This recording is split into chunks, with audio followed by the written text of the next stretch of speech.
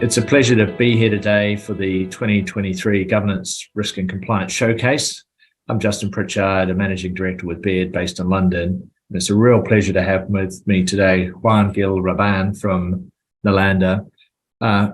Juan, thanks for taking the time today. I'm going to pass to you now to do maybe a little bit of an introduction and tell us a little bit about Nalanda and what it is that you guys do in the markets that you address. Okay, thanks a lot for this opportunity. It was my pleasure. In terms of Nalanda, we found the company in year 2000, and we provide mission-critical supply chain management software to help companies and digitize all the compliance operation for contractors, subcontractors, suppliers, and within this supply network, we try to join all those companies through our software, capturing and collecting lots of documents to complete the compliance processes around. So far, we have 1,000 of big clients, and then they join about 30,000 suppliers across a wide range of industries, including construction, energy, food, and logistics. We've got some topics we're going to cover today, Juan. And some of the stuff was particularly around sort of ESG, and particularly ESG within sort of supply chains. Obviously, one of those key focuses we know that a lot of clients are looking for. So, in that respect, what solutions have sort of been most successful from your perspective in terms of delivering meaningful impact? Since the very beginning, we tried to focus on ESG and basically introducing transparency, reducing risk, and a focus on accidents and a better control of the governance of the different companies that are joining Nalanda. So with our SaaS software, they interact between each other, and we collect not only the documents of each particular company, but also of all their suppliers on the supply chains. So we evaluate, we make ratings, performance indicators, government, sustainability, data protection, and we try to focus on all the compliance area of the different companies. It's probably our base of the business. Excellent. And when you look at the sort of tide of key regulatory changes, are there any that are particularly driving sort of an uptake in the solutions from an ESG perspective?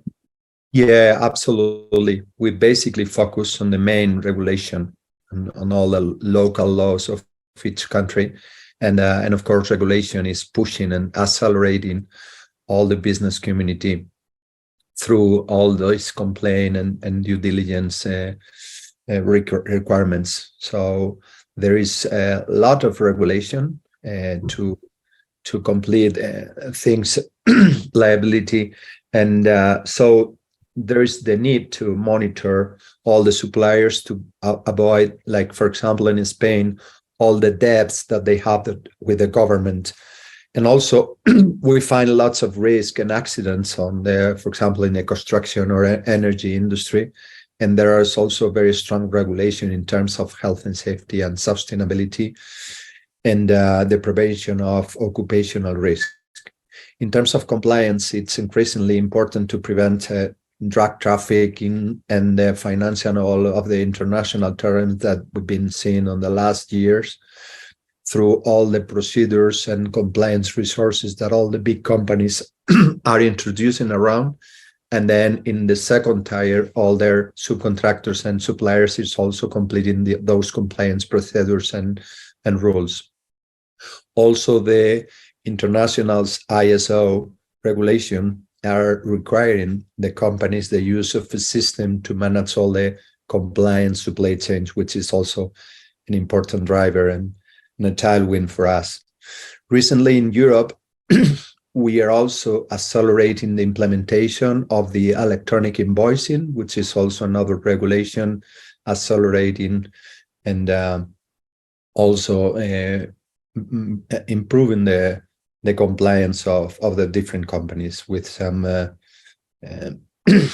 issues that they are completing.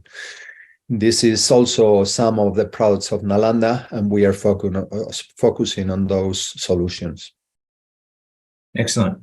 And when are you able to sort of track and monitor and see, once people have been put in a Nalanda system in place, they're seeing material levels of improvement in some of those issues and the things that they're tracking within their supply chain? You talk about sort of health and safety incidences, et cetera, is be able to demonstrate the value that the platform brings to the client. Yeah.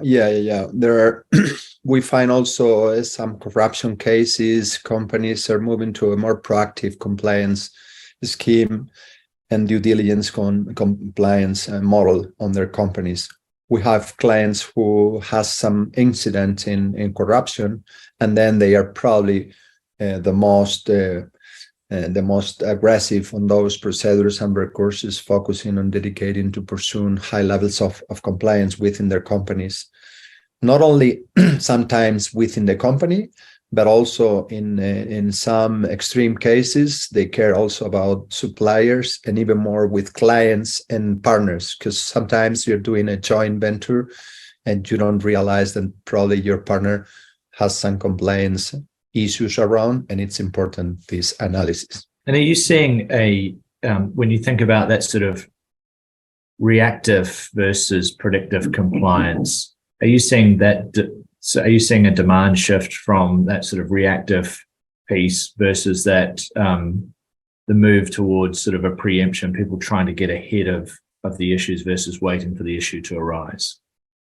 Yeah, so depending on the size of the company, but the biggest company are more proactive, and they are moving on this preemption scheme. So they are introducing, because they understand that we need to avoid all these compliance issues, and they are driving and moving around all their companies and all their supply chains and all the nodal of this company around. So the second or third tier of those subcontractors are moving with the tailwind of his first and main client. So, but the big ones are really moving on a very preemptive scheme. So that's great for us. And then when you think through things like point solutions versus sort of an enterprise suite, are you seeing clients prioritizing or looking for sort of a one-stop shop enterprise solution, so a best of suite of solutions? Or are you seeing clients wanting more sort of point solutions and therefore having perhaps a series of point solutions to come up with something that may be best of breed? Yeah, good point. So we find that in different industries, you have different behavior. Some of them are on a very high level in terms of digitization.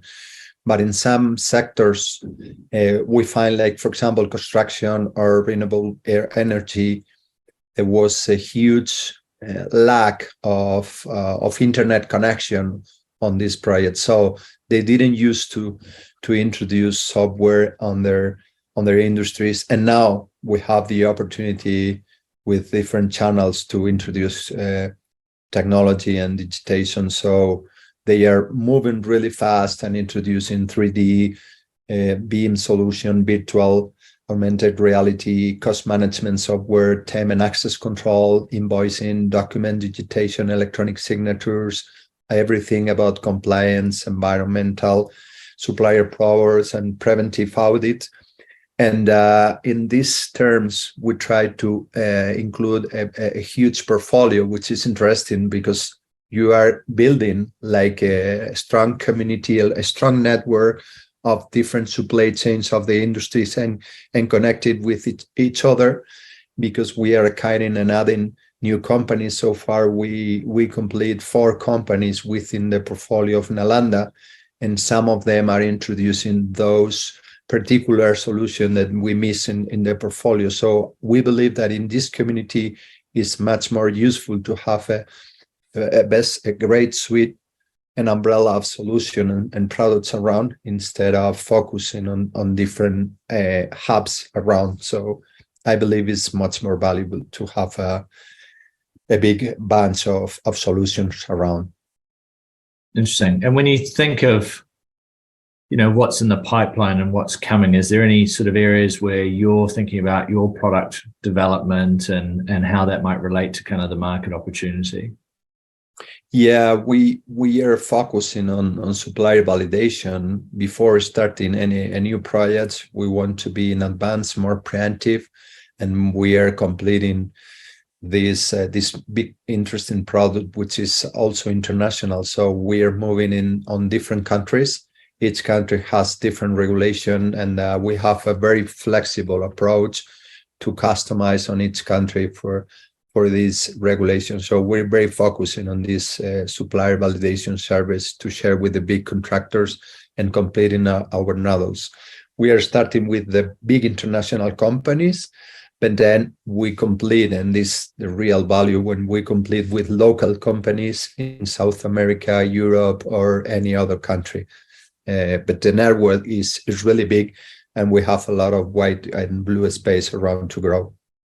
Brilliant. Well, look, Juan, thank you for taking the time today to talk us through some of your views on some of the key topics in the GRC space, and look forward to catching up with you soon.